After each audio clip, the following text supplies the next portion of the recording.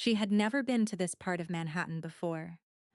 But the morning she walked into that brownstone on the Upper West Side, carrying nothing but a leather portfolio, and the quiet confidence of a woman who has never needed a room's permission, something in the house recognized her. She didn't know that yet. She also didn't know that the man who owned it had been watching from the second floor landing for 45 seconds before she ever looked up. He would tell her that later. But that is not where this story begins. This story begins with Han Ji-won standing at that dining room table, looking at a woman who had spent 2 years building something extraordinary in that house and saying, in front of everyone, with a smile so practiced it had forgotten it was a performance, "Shouldn't someone like you be in a classroom somewhere?" Like 2 years meant nothing. Like the man at the head of that table wasn't already watching with the stillness of someone who had just heard the last thing he was going to allow. Sophie Daniel set down what was in her hands. "I am exactly where I am supposed to be," she said. "The question is whether you can say the same." The room stopped breathing. And Jung Shil-soo felt something settle in him with the finality of a decision already made. He had chosen correctly. 2 years ago, on that landing, watching her walk in like she already knew what the house needed. He just hadn't said it out loud yet. Stories like this one don't tell themselves. Subscribe and hit the bell so you never miss a chapter. Now let's go back to the beginning. Her name was Sophie Daniel, and she had not arrived at the young residence on the Upper West Side of Manhattan by accident or by desperation. She had arrived the way she arrived at everything, deliberately, after careful consideration, having already decided what she was willing to give and what she was not.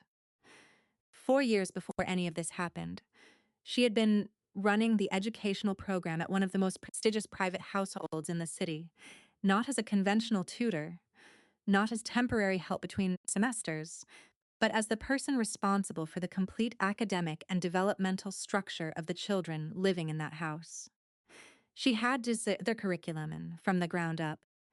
She had built a learning environment inside a private home that matched, and in several areas exceeded what the best schools in the city were offering. She had done this with the same foundational belief she brought to everything, that a child's environment shapes their character, and that character is the only thing that survives everything else. She had left that position on her own terms after 4 years, when the family relocated to London and offered her the opportunity to follow. She had declined. Not because the compensation wasn't exceptional, it was. She declined because she had always known the difference between work that was expanding her and work that had found its ceiling, and she had reached the ceiling of what that household needed from her. She had taken 6 weeks between positions, not to recover, to be deliberate. She had 3 offers before she accepted the Jung household. She chose it not because it paid the most, though it did. She chose it because when she walked through the front door of the brownstone on the Upper West Side for the first time during her interview, the children, 2 of them, 11 and 8, had looked up from what they were doing and made eye contact with her immediately. Not with shyness, not with performance, with the direct, unguarded curiosity of children who had been taught to engage with the world rather than retreat from it. Someone had already done good work here. She wanted to know who. What she did not know, what she would not know until much later, when the telling of it had become easy between them, was that Jung Chul-soo had been standing on the second-floor landing when she walked through that door. That he had watched her for 45 seconds before she looked up. That something in the way she moved through the entrance of his house, unhurried, taking in the details of it, already paying attention, had made him put down what was in his hands and simply look. He had conducted the interview himself. This had surprised her. Men in his position, and she understood his position in the broad strokes, the way anyone who had lived in certain parts of New York for long enough understood certain things without needing them explained, typically delegated this kind of meeting entirely. Instead, he had sat across from her in the study on the second floor, his jacket on, his posture exact, and asked her 3 questions that had nothing to do with her credentials or her references, which he had clearly already reviewed and found sufficient. He had asked what she did when a child refused to engage. She had said, I find the thing they are already paying attention to, and I build the door from there. Resistance is usually just misdirected interest. He had asked what she did when someone in the household disrespected her position. She had looked at him with the full directness of a woman who had answered this question inside herself long before anyone external ever posed it. I make clear once, calmly and completely, what I will and will not accept, and then I let my conduct speak for itself.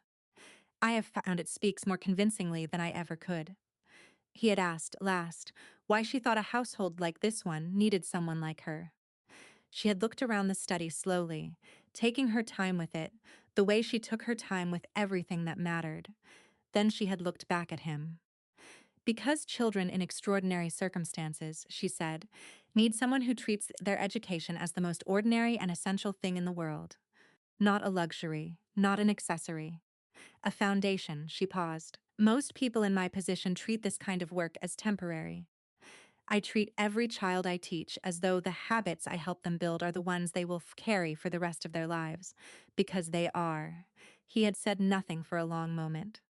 Then he had told her she could begin on Monday. That had been 2 years ago. In 2 years, Sophie had learned the Youngdazong household the way she learned everything. Completely, without shortcuts, and with the kind of attention that other people reserved for things they considered important, which meant she reserved it for everything. She had learned the children. Min-siu, 11, brilliant and cautious, who processed the world through questions she often didn't ask out loud until she trusted you. Jay, 8, all energy and instinct and a mathematical mind that worked 3 steps ahead of most adults in the room. She had built their curriculum around who they actually were, not who it was easiest to teach, and the results had been the kind that couldn't be faked. 2 children who read because they wanted to, who asked questions because they expected answers, who treated learning as something that belonged to them. She had also, without planning to and without naming it, learned Yongshul-su, not in the way people learn someone they are close to. In the way a perceptive woman learns a man she is consistently around when both of them are entirely themselves rather than managing how they appear.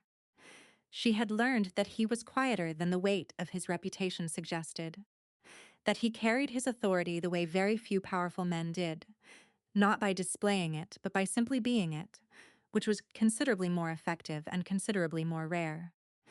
That he came to the children's study on Tuesday and Thursday evenings after dinner, sat in the chair by the window, and listened while she reviewed what they had covered that week. He never asked about grades. He always asked about what had interested them. She had learned that he noticed her work, not the way employers notice work when something goes wrong. The way someone notices work they genuinely respect. He had said it to her directly once. It was a Thursday evening, the children had gone to bed, and she was organizing the following week's materials at the study table. He had remained in the chair by the window longer than usual.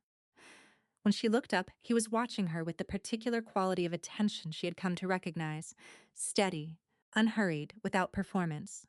You teach them like it matters, he had said. She had looked at him. It does matter.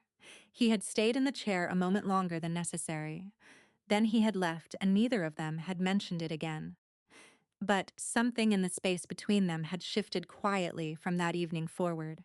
The way things shift when 2 people have said something true to each other without planning to. That was the household Han Ji-won arrived into. Her full name was Han Ji-won, and she came from a family in Seoul whose name carried weight in rooms that Jung Chul-su's mother, Soo-hyun, had been moving through for 40 years. She arrived on a Wednesday afternoon with 2 structured carry-ons, and the particular composure of a woman who had been raised to understand that her presence in her room was itself a statement. She arrived with Soo-hyun beside her. This was not a small detail. Soo-hyun had not visited the New York brownstone in almost a year. The fact that she had come now, and that she had brought someone with her, communicated everything that needed to be communicated without a single word being spoken about it. Chul-soo had greeted his mother at the door with the warmth of a man who loves someone he also finds genuinely complicated. He had held her hands, spoken to her in Korean, listened carefully when she spoke. Then he had looked at Ji-won beside her with an expression that gave away absolutely nothing. which was its own kind of answer. Ji-won had extended her hand. He had taken it, briefly, correctly. I have heard so much about this house, she had said warmly. Your mother describes it constantly. I imagine she does, he had said pleasantly, and shown them both inside. Sophie had been in the children's study on the second floor when they arrived, mid-session with Minsiu and Jay, working through a history project that had evolved, the way the best lessons did, into something larger than its original scope. She had heard the door, heard the voices, continued the lesson, because that was what she did. She became aware of Jiwon, the way she became aware of most things in that household, not through introduction, through observation. She heard the cadence of her voice moving through the rooms below, heard the way she moved through the space with the particular ease of someone who was mentally measuring it for herself. And she understood, before anyone explained anything to her, what the visit meant. She had been understanding things in this household for 2 years. She was not going to stop now. Still here? Good. Because this is where it starts getting interesting. Don't lose your spot in this story. Subscribe right now and make sure the next chapter finds you. Let's keep going. The first 3 days were surface level. Jiwon was gracious at meals. She asked Sophie questions about the children's curriculum with what appeared to be genuine interest. She commented warmly on the organization of the study, the quality of the materials, the evident progress in both children. She positioned herself throughout as someone who was simply delighted to be there and learning, which was the most effective possible way to establish herself in a household she intended to change. Sophie watched. She did not form opinions early, she formed them accurately. On the fourth day, Jiwon came to find her in the hallway outside the study, where Sophie was reviewing Minsi's written work before the afternoon session. You must find it exhausting, Jiwon said, leaning against the wall. All of this every day in someone else's home. I find it meaningful, Sophie said without looking up. Jiwon watched her for a moment. You have been here 2 years. I have. And before that? Other households, Sophie told her. The previous family, the work, the standard she held herself to, and why. Jiwon nodded slowly. So you have given a significant portion of your life to other people's children. Sophie stopped, set down the papers, turned to look at her with the full, unhurried attention she gave everything. I have built something I am proud of in every household I have worked in, she said, and in every child I have taught. That is not giving something away. That is a choice I make every day because I believe in what it produces. Jiwon smiled warmly. Of course. I only meant that you deserve to be recognized for it. She pushed off the wall and walked away. Sophie watched her go. Then she turned back to Minsio's work and finished her review. But her understanding of Han Ji-won was now complete, because a woman who opens with a compliment that is actually a diminishment is not a woman who has run out of strategy. She is a woman who has just begun deploying it. The first real move came 5 days after Ji-won arrived. There was a dinner. 4 of Chul-su's associates, men who visited the brownstone occasionally, and who understood without it being explained the kind of household they were in, and the kind of man who ran it. Sophie had been asked to join, as she sometimes was on evenings when the children ate early, and the dinner was the kind where Chul-su wanted his children's education visible in the room. Present, real, something his associates could see and understand was important to him. She had prepared, as she always prepared, notes on what the children had been studying that week, ready if anyone asked, unobtrusive if no one did. She was at the sideboard, helping the household staff arrange the final course, when Ji-won appeared from the sitting room and smoothly positioned herself beside her. Let me, Ji-won said sweetly, taking the serving arrangement from Sophie's hands. You have done so much already today. With the children. Before Sophie could respond, Ji-won had carried it to the table herself, set it down with a small graceful gesture, and turned to the guests with a warm smile. I wanted to make sure the evening felt complete, she said. Every detail matters in a home like this one. One of the associates looked up appreciatively. You have a wonderful eye. Ji-won inclined her head modestly. Sophie stood at the edge of the room. She looked at Chul-su across the table. He was already looking at her. His expression did not change, but his eyes said, I see it. Every single thing that is happening in this room right now, I see it. She gave him the smallest nod. Not here, not in front of these men. She excused herself, walked to the kitchen, stood at the counter in the quiet of it, and made her decision about what the next move would need to look like. That evening, after the associates had gone and the house had settled into its particular nighttime stillness, Chu came to the kitchen. He did this sometimes, not often. Always late, when the house was empty of everyone but the two of them. He would come and stand at the counter with his jacket off and his sleeves rolled up, the only version of him that looked like a man who had set down the formal weight of the day without having yet picked up whatever tomorrow required. He stood for a moment, just looked at her. That was wrong, he said. Yes, she said simply. I should have said something at the table. You couldn't. Sophie kept working, organizing the children's materials for the morning. Not in front of those men. It would have shifted the focus onto something it didn't need to be on. She looked up at him. But you need to say something now. Tonight, to her directly. He held her gaze. The quality of the way this man looked at her had always been different from the way he looked at everything else in the room, everything else he assessed. Her he simply looked at, with something that had no professional category and that both of them had spent a considerable amount of time not naming. Tonight, he said, not a question. She nodded once, went back to work. He stayed at the counter a moment longer than he needed to. Then he left. He found Jiwon in the sitting room, arranged on the sofa with the ease of a woman who had already decided the furniture belonged to her, a book open in her lap she was not reading. A cup of tea on the side table that had gone cold. She looked up with the warm, practiced smile she had been using since she arrived. He sat across from her, did not lean back, did not reach for anything, simply sat with the stillness of a man who had already completed every thought before entering the room. I need to speak with you about what happened at dinner tonight, he said. Jiwon tilted her head gently. Of course, is something wrong? Sophie was preparing the final course. You took it from her hands and presented it to my associates as though it were your contribution. A small pause. Jiwon's smile adjusted, not disappearing, recalibrating. I only wanted to help. To show your guests that the household. Sophie has been in this household for 2 years, he said. She teaches my children. She is a professional of the highest standard, and what she does here is not invisible labor that anyone is permitted to claim. He looked at Jiwon without looking away.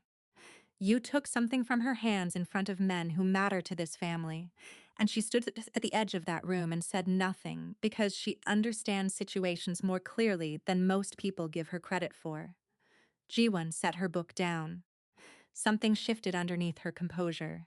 Chulsu, she said his names carefully. I think perhaps you place an unusual degree of significance on your staff. Which I understand. Continuity matters. But there are certain things a household like this one requires at its center. A certain kind of woman. Someone who understands your world, your family, what your mother hopes for you. He was quiet for a moment. The precise quiet that people who knew him recognized as the opposite of emptiness. My mother's hopes for me, he said, are mine to consider, not yours to leverage. Jiwon said nothing. What I am telling you clearly, he continued, is that every person in this household who does their work with integrity will be treated with respect.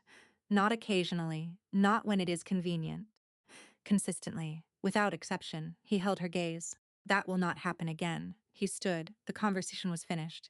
He had not raised his voice once.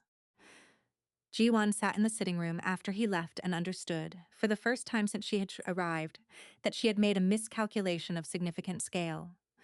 She had read the house correctly. She had read his mother correctly. She had not read him at all. We are right in the middle of something that deserves your full attention. If this story is doing what it's supposed to do, subscribe.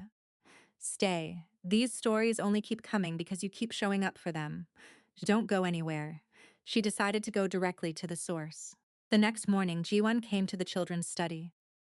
Sophie was at the table, laying out the morning's materials. The methodical, unhurried preparation that Minsu and Jae had come to recognize as the signal that something interesting was about to happen. Jiwon appeared in the doorway before the children arrived. I wanted to apologize, she said. For last night, Sophie continued laying out the materials. I should not have taken over the way I did. I only wanted to contribute, to feel useful. Sophie turned around, gave her the full attention she gave everything, unhurried, direct. Jiwon. Her voice was completely even. You planned that before you left the sitting room. You waited for the right moment and you moved. Because you wanted those men to see you in a particular way in this household. She paused. I am not angry about it. I simply want you to know that I see clearly, I always have. In this house and everywhere else I have worked. Jiwon held her gaze. Something moved in her expression. More honest than anything she had shown since arriving. Almost respect. The reluctant recognition of a woman who has encountered someone she underestimated. You are very direct, she said. I find it saves time, Sophie said. And it is better for the children. They learn what they live. Jiwon was quiet for a moment. Then she said it, the thing that had been underneath everything else she had been saying since she arrived. Quiet, carefully kind, which made it sharper than anything she might have shouted. He will never choose you, she said. You understand that, don't you? A man like him, a family like his, a mother like his. Her voice was almost gentle. It does not matter what happens in this study on Tuesday evenings. It does not matter how he looks at you. The world he lives in has a particular shape, and no matter how exceptional you are at what you do not fit that shape. The study was completely still. Sophie stopped, set down what was in her hands, turned around slowly and looked at Han Ji-won with an expression that was not hurt, not anger, not defensiveness.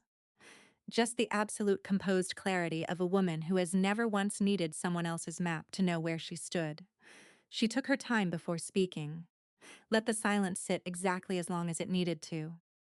I have never, she said quietly, spent a single day of my life trying to fit a shape someone else drew for me. She held Jiwon's gaze without flinching. I build the shape, I always have. And I am not going to stop because you have picked up a pencil. She turned back to the table. Her hands were completely steady. Jiwon left the study without another word.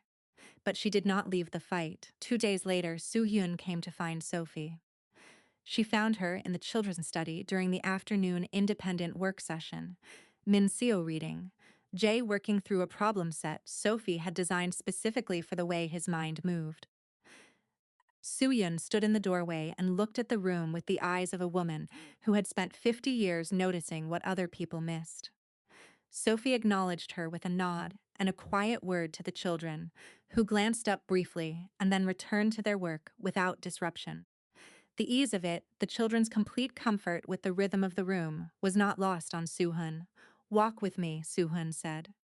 They walked to the library on the second floor, which was the kind of room that held its quiet deliberately, the way old houses hold things they have decided to keep. Soo-hyun sat. Sophie stood, then sat when the older woman gestured to the chair across from her. You run a very fine learning environment, Soo-hyun said. Thank you, Sophie said. My son values precision. He always has. Even as a boy, he was uncomfortable with approximation. She paused. A household like this one, a man like him, it requires a particular kind of stability around his children.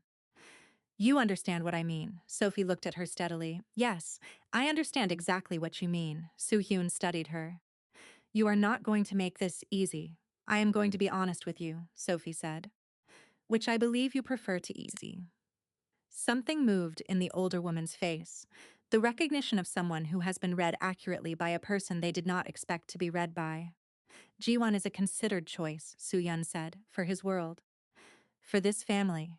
Jiwon, Sophie said without sharpness, took something from my hands at his dinner table and presented it to his associates as her own contribution. She told me in the children's study that I do not fit the shape of his life. And she has spent 10 days trying to establish herself in a household she was brought into as a guest. She looked at Soo-hyun directly. With respect, those are not the qualities of a woman who would be good for him or for his children. They are the qualities of a woman who wants what he represents. The library was completely silent. Soo-hyun sat with her hands folded on the table. She was quiet for a long time. Long enough that Sophie, who had said what needed to be said, simply sat and let the silence be what it was. You love them, Soo-hyun said finally. The children. That, Sophie said quietly, is not in question. Soo-hyun looked at her for another long moment. And my son? Sophie met her eyes without flinching. That, she said, is a conversation that belongs somewhere else entirely. Not here, not with you, not yet. Soo-hyun stood, straightened her jacket with the precise gesture of a woman restoring her formality. She said one thing before she left the library. You are not what I came here expecting to find. Sophie looked up. No, she said, I imagine I am not. Soo-hyun left. And for the first time since she had arrived with Jiwon beside her, she walked through that brownstone, looking at what was actually there, rather than what she had come prepared to see. The evening it all came apart happened quietly, the way the most significant things always do, not with announcement, with inevitability. There was a dinner. Just the household. Chul-soo, his mother, Jiwon, and Kang-ho, who had been with Chul-soo for 11 years, and who occasionally joined for evening meals on the nights the house had that particular relaxed, familial quality. George, the household's senior domestic staff member, had helped Sophie prepare the meal. A full Korean-American spread that Sophie had spent the afternoon building, drawing on recipes Chul-soo's mother had once mentioned in passing, and that Sophie had researched and reconstructed without fanfare. She brought the food through and set it with the care she brought to everything in that house.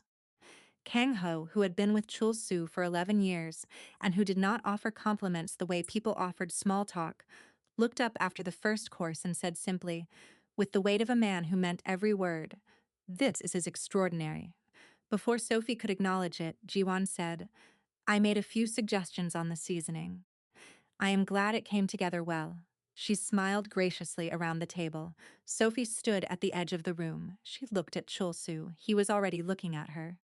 And this time his expression was different from every other time this had happened. Last night had said, I see it. This time it said, enough. He set down his fork. The table noticed. Kang-ho noticed. Soo-hyun noticed. Jiwon noticed, and something in her face went very still. Sophie prepared everything on this table, Chul-soo said. His voice was completely level. Every element of it. She has been working on this since early afternoon. He looked around the table without raising his voice. When she is in this house, the standard of everything my children experience, everything my guests eat, everything this household represents, that is her work. Her knowledge. Her care. He looked at Jiwon. That will be acknowledged correctly every time. The table was silent. Jiwon's face remained composed. Her hands beneath the table were not. Sophie looked at him for one moment. Then she nodded once, quietly, and returned to the kitchen. She stood at the counter in the still of it, and felt something she had been managing carefully for 2 years. The specific, particular something she had never let herself look at directly, rise to the surface and refuse to be managed any further.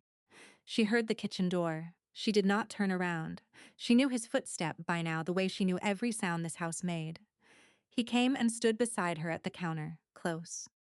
The particular closeness that had been building through every Tuesday evening, and every quiet exchange, and every look across every room they had shared for 2 years. She kept her eyes on what was in front of her. I should have done that the first time, he said. Yes, she said, you should have. A silence between them that was not uncomfortable.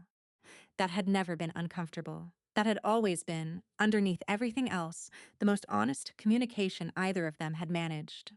Sophie, he said. She looked up at him. The direct, steady gaze that had stopped him in his tracks the first time he had looked at her properly, and had not entirely released him since. I have been trying to find the right moment for something, he said. And I have recently understood that I have been waiting for a right moment that was never going to arrive on its own. He looked at her with the certainty of a man who makes decisions completely. I do not want you in this house as the children's teacher. She was quiet. She held his gaze. Then what do you want? She said. He looked at her, unhurried, certain everything he had been for 2 years, finally saying the thing underneath all of it. I want you to stay, he said, not because of the curriculum, not because of what you build in that study, because of what you are, because of what you have always been in this house, which is the most honest and most capable person in it. He paused. I would like the chance to say that somewhere other than a kitchen counter. She was still for a long moment. The kitchen was completely quiet around them. You should know, she said finally, that I am not a simple woman. I know that. I do not adjust who I am for a household, for a family, for anyone's idea of what shape my life should take. I would never ask you to. She looked at him. Something moved in her expression. Slow, real, not managed, not performed for, she said quietly. Be reduced the way that woman tried to reduce me. Not in this house, not in any house, not for any reason, whatever comes next. He looked at her with the full steadiness of a man who has never once in 2 years asked her to be less than she was. You are, he said, the finest person I have ever watched do their work. He paused. And I have been watching for 2 years. She held his gaze. Then the corner of her mouth moved. That, she said, is a start. In the sitting room, Soo-yun sat with her tea. She had heard nothing specific. She had heard everything that mattered. The quality of the silence coming from that kitchen, the way it had settled, the weight of it, the particular stillness of two people who have finally said the true thing, told her everything she needed to know. Jiwon came downstairs an hour later, her expression composed in the way of a woman who is too self-possessed for drama, but clear-eyed enough to read a room she has already lost. She sat across from Soo-hyun in the sitting room. I think I will return to the hotel tonight, she said, and home in the morning. Soo-hyun looked at her for a long moment. Something in her face that was not cold but was honest. I think that is right, she said gently. Jiwon nodded. She was quiet. Then she said the truest thing she had said since she arrived. He never looked at me the way he looks at her, she said. Not once, not even when I first walked through the door. Soo-hyun said nothing, because there was nothing to say that would improve on the truth of it. Ji-won left the next morning. The house felt different before her car had reached the end of the block. If you made it here, you already know this story isn't finished. Soo-hyo in that house. Sophie has said it's a start. And whatever comes next between her and Chol-soo is not going to be simple, because nothing real ever is. Subscribe, hit the bell, and drop a comment. What do you think Soo-hyun does next? Does she leave quietly, or does she stay and change her mind about everything? I read every comment. Let's figure this out together. Soo-hyun came to the children's study the following morning. Sophie was already there, Min-soo and Jae both at the table. Morning session underway, the particular focused quiet of a room where two children were genuinely engaged with what was in front of them. Soo-hyun stood in the doorway and watched. Min-soo looked up, noticed her grandmother, and said without prompting, Sophie says primary sources are always more interesting, though, than what someone else decided to say about them. We are reading a first-hand account of the 1969 moon landing from someone who was actually there. Jay did not look up from his work. The math checks out, he said, with the complete confidence of an 8-year-old who had verified this independently. Sophie glanced at the doorway and met Soo-hyun's eyes. Something passed between them, not warmth exactly, not yet. But the beginning of something that had the potential to become it, if both women were willing to be honest about what the last 10 days had actually shown them. Carry on, Soo-hyun said and stepped back from the doorway. She walked downstairs through the hall and into the kitchen, where she sat at the table and waited. George brought her tea without being asked, because George, like everyone else who had been in this house long enough, simply knew. When Chul-soo came downstairs 20 minutes later and found his mother sitting quietly at the kitchen table, he looked at her for a moment without speaking. She is remarkable, Soo-hyun said. She did not specify who, she did not need to. Chul-soo sat down across from her. Yes, he said, she is. Soo-hyun looked at her tea. I went about this badly. Yes, he said again, with the gentleness of a man who loves someone complicated and has always known it. You did. She was quiet for a moment. The kind of quiet that is not defeat, but is something very close to honesty. I came here to protect you, she said. I know. I did not come here expecting to be wrong. You rarely do. She looked up at him, something in her face that was caught between dignity and the willingness to lay it down. She told me, Soo-hyun said carefully, that the conversation about how she feels belongs somewhere else, not with me. She paused. She was correct. Chul-soo said nothing. But I want you to know, Soo-hyun continued, that I see what this house has been, what those children are, what she has built here. She set down her cup. I came here to change something. I have been sitting in this kitchen for the last 20 minutes understanding that I arrived too late. It was already decided. She stood, straightened her jacket. Take care of it correctly, she said. Whatever it becomes. Chul-Su looked at his mother, this woman who had shaped him and complicated him, and loved him in the particular exacting way of someone who had sacrificed her own softness to ensure his survival. I intend to, he said. She nodded once. Then she walked out of the kitchen through the hallway and up the stairs. And on the second floor, in the study that smelled of books and something that had quietly become the most important room in the brownstone, Sophie Daniel was teaching two children who were becoming, in her hands, the best versions of themselves. The house settled around all of them. And what came next, what was still unresolved, still unspoken, still full of everything that two people had been building without naming for 2 years, was waiting, quietly, patiently, with the particular certainty of something that had already decided what it was going to be. That is where part one ends. But Soo-yoon is still in New York. The conversation between Sophie and Chul-Su is still a beginning, and whatever shape the next chapter takes, it will not be simple and it will not be quiet. Subscribe, hit the bell, and stay close. Part two is coming, and you do not want to walk into it without knowing where we left off.